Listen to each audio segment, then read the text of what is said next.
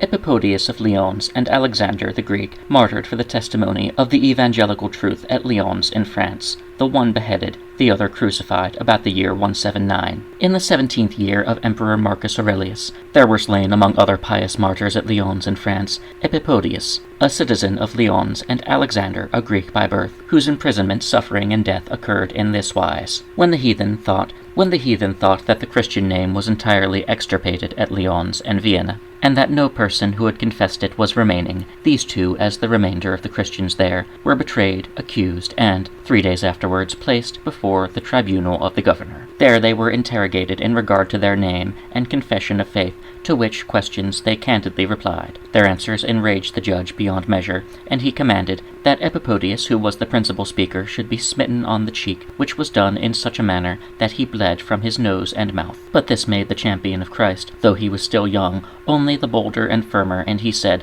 "I confess that Christ, with the Father and the Holy Ghost, is the one only true God, and I deem it right that I should pour out my soul, that is, my life, for him who is my Creator and Redeemer, for thus my life will not be taken from me, but changed into a better one. Besides, it matters but little how and in what manner this weak body is released and separated from the soul, only so that the soul be returned to God, its Creator." When Epipodius had in steadfastness finished this confession, he was suspended, at the command of the judge, on a stake, on both sides of which the executioner stood, drawing deep gashes with cutting hooks or claws into his sides. In the meantime, the raging multitude cried that he should be stoned to death or torn limb from limb, for the judge was much too slow in pronouncing his sentence of death. Then the judge had him brought out with great haste and beheaded, and thus this pious witness of the Son of God attained to a blessed end. Alexander, the above-mentioned Greek, was brought out of prison 2 days after the death of his beloved brother Epipodius, and placed before the tribunal,